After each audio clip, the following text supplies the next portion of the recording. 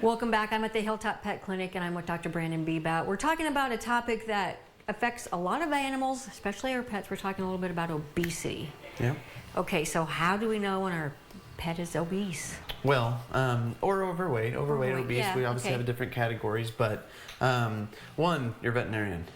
You know, what I find a lot is owners will come in and they'll say, well, you know, I had aunt and uncle or the in-laws over for Christmas and they said Bella's really skinny. And I say, no offense to them. They want to love Bella with that, you know, fatty portion of the prime rib or whatever. Your veterinarian is going to be able to tell you where we are as far as our body condition score. And so we use a 0 out of 5 or a 0 out of 9. I'm a 0 out of 9 guy, and so 4.5 is perfect, 5 is okay, 6 is perfectly plump, and we start getting higher and higher. 4 is lean, 3 is thin, and so we're going to be able to determine that. We also have some posters that owners can look at and kind of see, you know, that's my dog. That's the 2 out of 9 or the 7 out of 9 that they can look at. So we're the best option for you. So but if your dog is overweight, can you walk the weight off like a human, or is it all pretty much in the diet?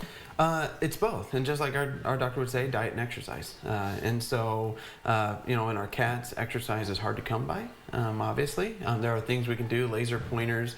They actually do use treadmills for cats, believe it or not. Our dogs, we want to get them active.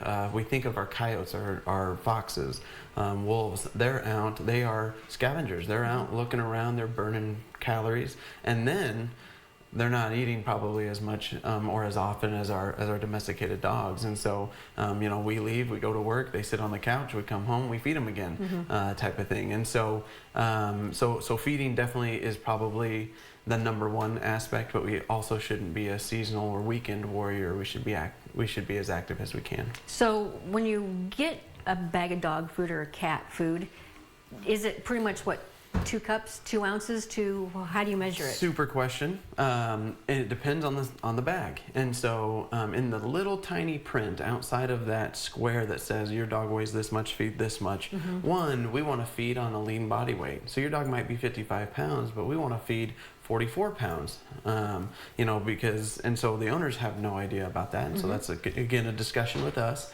And then I calculate calories. So I am you're this many kilograms, I'm going to calculate how many calories a day you're going to need, whether you're intact or you're spayed or neutered, whether you're a Newfoundland versus a Jack Russell Terrier, very different energy levels most of the time.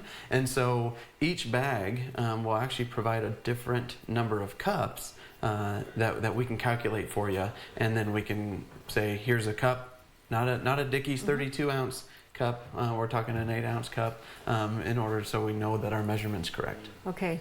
Join us next week as we continue this discussion on how we know our pet is overweight.